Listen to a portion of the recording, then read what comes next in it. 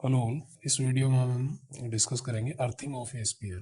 Basically जब आपका more than one spear को आप कनेक्ट कर देते हो या फिर आप किसी स्पीयर को अर्थ कर देते हो तो उस पर चार्ज डिस्ट्रीब्यूशन किस तरीके से होता है या फिर चार्ज रीडिस्ट्रीब्यूट किस वे में होता है, तो वो सब हम देखेंगे। तो मेनली ये पूरा आपका अर्थिंग में ही आ जाता है। तो बेसिक आपका अर्थिंग का जो बेसिक है वो हम देखेंगे। देखिए यहाँ पर कंसेप्ट क्या है आपका। कंसेप्ट बेसिकली ये है कि जब भी आप दो स्पीयर को कनेक्ट करते हो, सपोज दैट आपके पास दो स्पीयर हैं, ये दो स्पीयर हम ले लेते हैं। तो इन पर इनिशियली जो आपका चार्ज डिस्ट्रीब्यूटेड है, इनिशियल चार्ज है जो, इस पे मान लीजिए आपका Q1 चार्ज है, इस पे आपका Q2 चार्ज है। तो या तो आपकी देखो इसमें दो अरेंजमेंट हो सकते हैं, या तो दोनों स्पीयर है वो सेपरेट है, आपका आइसोलेटेड है, मतलब दोनों है वो अलग अलग रखे गए हैं, कॉन्सेंट्रिक नहीं है। दूसरा इसमें ये हो सकता है कि इसका आपका दूसरा जो स्पीयर है वो पहले स्पीयर के अंदर हो। ठीक है, तो अब हम अगर इन दोनों को कनेक्ट कर दें, पहले तो आपको ये होता है कि इन दोनों को कनेक्ट कर दें, तो ये वाला आपका केस वन हो गया, जिसको मैं लिख देता हूँ केस वन। केस वन हो गया जब both are isolated, both are isolated या सेपरेट, दोनों को अलग अलग रखा गया है, तब क्या होगा। तो देखिए इनिशियली ये आपके दोनों चार्ज जो है आपके Q1 और Q2 हैं, वो इनिशियली इन पे चार्ज है, ये दोनों सेपरेट रखे गए। अब देखिए यहाँ पर एक अजम्पशन हम लेके चलते हैं। अजम्पशन क्या है कि ये दोनों जो स्पीयर हैं आपके, इन दोनों का एक दूसरे पर कोई इफेक्ट नहीं है कि भाई इस पर जो चार्ज Q2 है, इस Q2 चार्ज का इस पर कोई इफेक्ट नहीं है, और Q1 चार्ज का दूसरे स्पीयर पर कोई इफेक्ट नहीं है। वो तभी पॉसिबल है जब ये सेपरेशन इन दोनों के बीच का जो सेंटर के बीच का जो सेपरेशन है, that is very very greater than radius R1 and also D is very very greater than R2। तभी जो एक दूसरे के ऊपर इफेक्ट आएगा वो नेग्लेजिबल आएगा। अब आपने क्या कर दिया, इन दोनों को कनेक्ट कर दिया। कनेक्ट करने पे क्या होगा, जैसे मान लीजिए आपने एक दूसरे को कनेक्ट कर दिया, ये स्पीयर वन है आपका और ये वाला स्पीयर टू है, आपने कंडक्टिंग वायर के थ्रू इन दोनों को कनेक्ट कर दिया। और कनेक्ट करने पर जो इन पर चार्ज है वो इस पर Q1 डैश हो गया और इस पर जो चार्ज है आपका Q2 डैश हो गया। देखिए थोड़ा सा वीडियो आपका लंबा बनेगा, पर आप इसको समझिए कंसेप्ट का, क्वेश्चन गलत नहीं होगा एग्जाम में। सेपरेशन जो है वो अभी भी आप बहुत ज्यादा मान के चलेंगे। अगर आप सेपरेशन बहुत ज्यादा नहीं मानते, आपको फाइनाइट सेपरेशन गिवन है, तो उस केस में कैसे करना वो भी मैं एक्सप्लेन कर दूंगा इसमें। जैसे ही आप कंडक्टिंग वायर से एक दूसरे को कनेक्ट करते हैं तो आपका चार्ज ट्रांसफर होगा। कौन सा स्पीयर से कौन से पे होगा हमें नहीं पता। तो देखिए चार्ज ट्रांसफर कब तक होगा। देखिए जब भी आपका चार्ज के लिए जो ड्राइविंग फोर्स होता है, चार्ज ट्रांसफर के लिए ड्राइविंग फोर्स, तो उसमें फोर्स लगना चाहिए। और फोर्स कब लगेगा, फोर्स तब लगेगा जब आपका इलेक्ट्रिक फील्ड हो, क्योंकि चार्ज पर तो इलेक्ट्रिक फोर्स ही लगता है। और इलेक्ट्रिक फील्ड कब होता है, जब आपका पोटेंशियल डिफरेंस हो, पोटेंशियल डिफरेंस हो। देखिए इलेक्ट्रिक फील्ड और पोटेंशियल डिफरेंस के बीच में क्या रिलेशन होता है आपका, ई वेक्टर इक्वल्स टू आपका होता है माइनस का डेल ऑपरेटर इनटू वी, जिसको मैं एक सेपरेट वीडियो में एक्सप्लेन कर दूंगा कि इलेक्ट्रिक फील्ड से पोटेंशियल कैसे निकालते हैं और पोटेंशियल से इलेक्ट्रिक फील्ड कैसे निकालते हैं। बट ये हमें पता है कि अगर दो पॉइंट के बीच में आपका इलेक्ट्रिक फील्ड है, ये पॉइंट ए है, ये वाला पॉइंट बी है, ए से बी की तरफ है, तो ए और बी के बीच में अगर इलेक्ट्रिक फील्ड है तो इन दोनों के बीच में पोटेंशियल डिफरेंस होगा, डेफिनेटली होगा। अब कौन सा हायर पोटेंशियल पे होगा कौन सा लोअर पोटेंशियल पे होगा उसको एक्सप्लेन करेंगे। स्टिल आप जान लीजिए कि जिस हायर पोटेंशियल से लोअर पोटेंशियल पे होता है आपका, तो वी ए यहाँ पर ग्रेटर पोटेंशियल पे होगा और वी बी आपका लोअर पोटेंशियल पे होगा।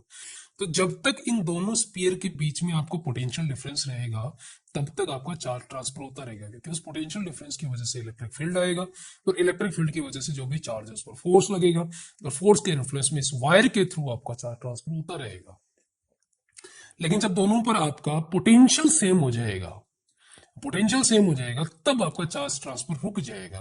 और जो फाइनल चार्ज आपका ट्रांसफर रुक जाएगा तब जो फाइनल चार्ज होगा that are Q1 dash and Q2 dash. Right, अब देखिए Q1 डैश और Q2 डैश कब होंगे फाइनल, जब दोनों का पोटेंशियल सेम होगा, यानी V1 इक्वल्स टू आपका V2 हो जाएगा, स्पीयर वन का potential equals to sphere two का पोटेंशियल। अब देखिए स्पीयर वन पर जो पोटेंशियल है वो स्पीयर वन की वजह से, स्पीयर वन पर जो चार्ज है उसकी वजह से। अगर इन दोनों के बीच में सेपरेशन फाइनाइट है तो स्पीयर 1 पर पोटेंशियल स्पीयर 2 की वजह से भी आएगा। और अगर देखिए अगर 2 की वजह से आएगा तो यहां पर एक दिक्कत खड़ी हो जाएगी। दिक्कत क्या खड़ी हो जाएगी कि यहां पर इंडक्शन भी हो जाएगा।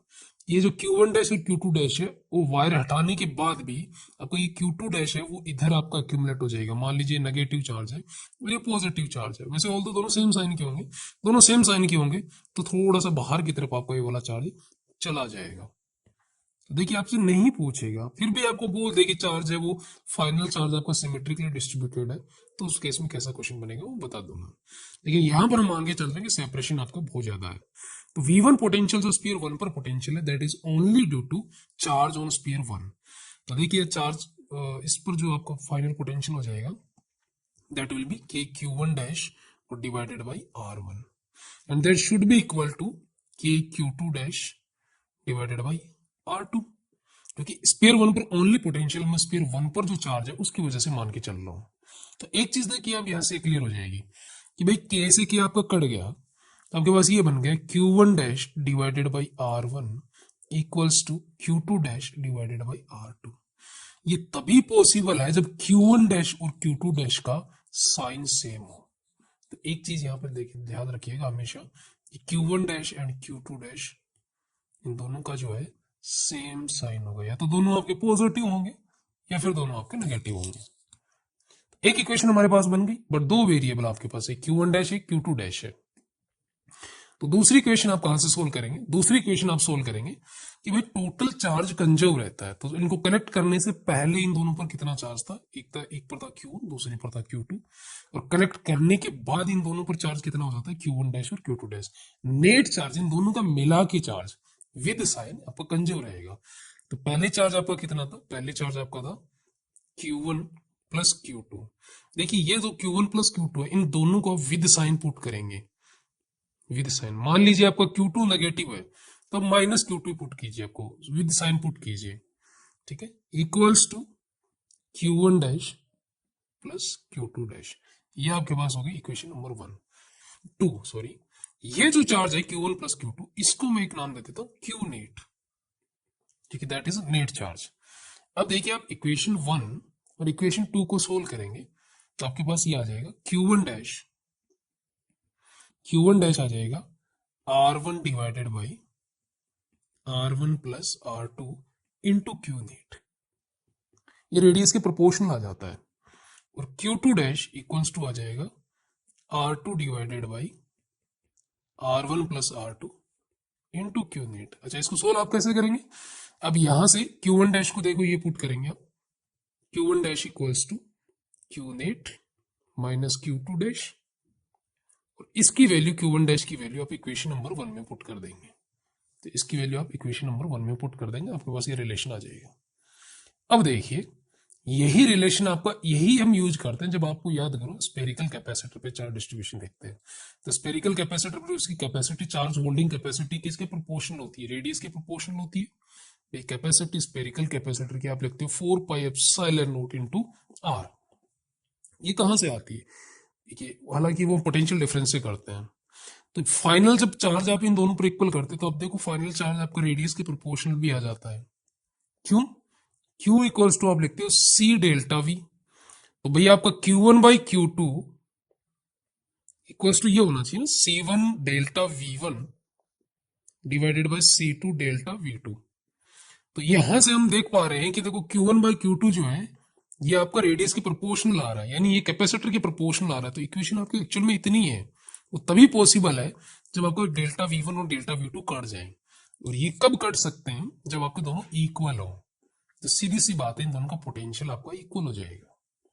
तो ये तो हो गया, आपको बाहर की तरफ कनेक्ट करते हो आप, जब दोनों बाहर है आइसोलेटेड है तब आप कनेक्ट करते हो, ठीक है। अब दूसरा आप देखिए कि जब मान लीजिए इन दोनों के बीच का सेपरेशन आपका फाइनाइट हो, यानी स्पीयर 1 पर पोटेंशियल 2 की वजह से भी अगर आता हो तो मान लीजिए मैं आपको समझा ही देता हूं कि आपको करना कैसे है। इसमें एक हम अजम्पशन भी मान के चलेंगे। अजम्पशन क्या है वो देखिए आप कि ये आपका स्पीयर 1 है और ये वाला स्पीयर 2 है, और आपको यूं दे दे कि भाई इन दोनों के जो बीच के सेंटर का जो सेपरेशन है वो आपका फाइनाइट और वो D है। और आप जो भी चार्ज मानते हो वो चार्ज आप इनकी सरफेस पे यूनिफॉर्मली डिस्ट्रीब्यूटेड मानिए। और इनिशियल जो चार्ज था इन पे, initial charges that were Q1 and Q2 respectively. इसकी रेडियस आपकी R1 है, इस पर इनिशियल Q1 था, इसकी रेडियस R2 है। इस पर फाइनल चार्ज आपका Q1 डैश हो जाता है, इस पर फाइनल चार्ज आपका Q2 डैश हो जाता है। और इन दोनों के सेंटर के बीच का जो सेपरेशन है दैट इज डी। और इन दोनों को हमने वायर से कनेक्ट करके चार्ज ट्रांसफर होने दिया और लास्ट में रोक दिया। अब देखिए फाइनल यहां पर भी आप क्या करेंगे, that V1 equals to V2। V1 is potential on sphere 1। तो देखिए अब इस बार अगर फाइनाइट सेपरेशन, तो V1 is potential on sphere 1। तो स्पीयर 1 पर जो पोटेंशियल लिखेंगे that will be KQ1 dash divided by R1। तो ये पोटेंशियल आपका कहां से आया, ये पोटेंशियल आया जो इसके ऊपर जो चार्ज है उस चार्ज की वजह से पोटेंशियल हो गया। लेकिन अब इसकी सरफेस पर इस Q2 डैश की वजह से भी आपका पोटेंशियल आएगा। तो वो वाला पोटेंशियल कितना आएगा वो आपको ऐड करना पड़ेगा, and that will be KQ2 dash और divided by distance D separation equals to potential on surface 2। तो पोटेंशियल ऑन सरफेस 2 कितना हो जाएगा, KQ2 dash divided by R2, self charge की वजह से पोटेंशियल, प्लस इसके ऊपर जो चार्ज है उसकी वजह से potential. So that will B plus KQ1 dash को डिवाइडेड बाई R1। देखिए यहां से आप इसको सोल्व करेंगे तो आपका K कट जाएगा, इक्वेशन क्या बच जाएगी, Q1 dash by R1 plus Q2 dash by D equals to Q2 dash by R2 plus Q1 dash by, इसको मैंने R1 लिख दिया, सॉरी ये आपका D होगा, ये आपका D होगा। तो यहां पर भी आपका D आ जाएगा, क्योंकि ये अब स्पीयर 2 पर ये वाला जो पॉइंट मैंने ये लिखा है, टर्म लिखी है, that is potential on sphere 2 due to charge on sphere 1। तो ये कितना हो जाएगा, KQ1 बाई डिस्टेंस ये वाला D, दैट इज D। सही हो जाएगा आपका। एक इक्वेशन आ गई हमारे पास। तो दूसरी इक्वेशन आपके पास क्या आती है, चार्ज इज ऑलवेज कंजर्व्ड लिखवाया जाता है आपको इलेक्ट्रोस्टैट में पहली लाइन, इसका मतलब यहां पर निकल के आता है, उसका एप्लीकेशन यहां निकल के आते हैं, that initial charge is Q1 plus Q2 and that will be with sign equals to Q1 dash plus Q2 dash. ये इक्वेशन आपकी 2 हो गई। इन दोनों इक्वेशन को आप सोल्व कीजिए। बेसिकली यहाँ पर D की टर्म्स में थोड़ा सा लंबा सा एक्सप्रेशन आएगा, तो आप इसका फॉर्मूला मत याद रखिए, आप ये मेथड याद रखिए, ठीक है। अब इस पर एक आपको एक एग्जाम्पल करा देते हैं। अब एक क्वेश्चन लिख लीजिए कि आपके पास 2 स्पीयर हैं, इस पर चार्ज आपका है, सॉरी इसकी रेडियस है 2r, इसकी रेडियस है r, और मैं मान के चल रहा हूं कि यहां पर सेपरेशन आपका फाइनाइट है, ये मान लीजिए 10r है। इसको आपने एक दूसरे से कनेक्ट कर दिया और फाइनली डिस्ट्रीब्यूट कर दिया। अब इनिशियल जो चार्ज है इस पर आपका जो चार्ज है इस स्पीयर बड़े वाले पर, इस पर Q है, तो इस वाले पर -Q, ठीक है। तो थोड़ा सा मतलब डिफरेंट ले लेते हैं, बाकी आप फॉर्मूले में पुट करके डिफरेंट डिफरेंट टाइप के क्वेश्चन कर सकते हैं। इनको हमने क्या कर दिया, इसको हमने चार्ज को फ्लो होने दिया की लगा के, और फाइनली जब रुक गया तो हमने अलग अलग कर दिया इसको। जब फाइनल इनका रीडिस्ट्रीब्यूट हुआ तो इस तरीके से हो गया कि भाई स्पीयर 1 पे जो आपका चार्ज आ गया दैट इज Q1 डैश, और स्पीयर 2 पे जो आ गया दैट इज Q2 डैश। आपको Q1 डैश और Q2 डैश निकालने हैं, तो वहीं से फिर मैं डाटा लिख लेता हूँ। आपका ये वाली रेडियस है 2r, और ये रेडियस है r, ये रेडियस है r, और सेपरेशन आपका है 10r। और फाइनल चार्ज हो गया, इस पे हो गया आपका Q1 डैश, इस पे हो गया Q2 डैश। अब देखिए इक्वेशन आप ये लिखेंगे, V1 equals to V2, potential दोनों का सेम होना चाहिए। तो V1 आपका हो जाएगा KQ1 dash divided by radius is 2r, plus इसकी वजह से जो पोटेंशियल आएगा स्पीयर 2 की वजह से स्पीयर 1 पर जो पोटेंशियल आएगा that will be KQ2 dash divided by D, so that is 10r।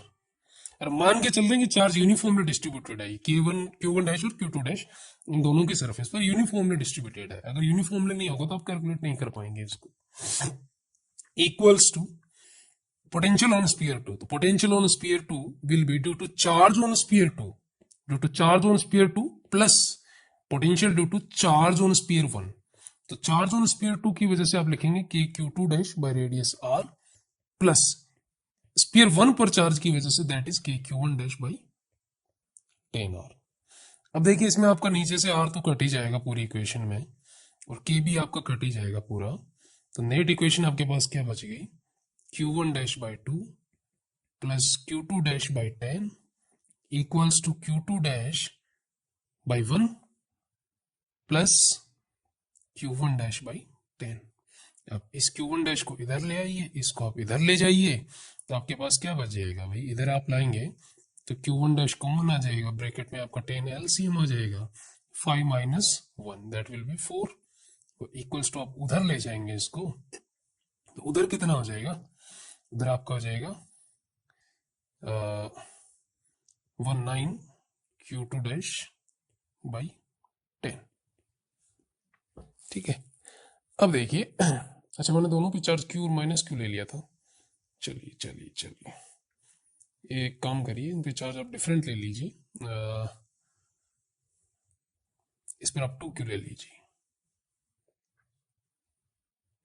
तो एक इक्वेशन आपके पास ये हो गई, 10 से 10 आपका कट जाएगा, तो Q1 डैश इक्वल्स टू आ जाएगा 9 Q2 डैश डिवाइडेड बाई 4 और इक्वेशन नंबर 1, और equation number 2 Q1 dash plus Q2 dash equals to Q1 plus Q2, तो हो जाएगा 2Q और माइनस का Q, 2Q माइनस का Q, तो यहां से आपके पास कितना आ जाएगा, that Q1 dash plus Q2 dash equals to Q, equation number 2। इन दोनों को आप सोल्व करेंगे, आपके पास Q1 डैश और Q2 डैश आ जाएगा। सेकंड पार्ट इसमें आपका वो नेक्स्ट वीडियो में बता दें। Thank you.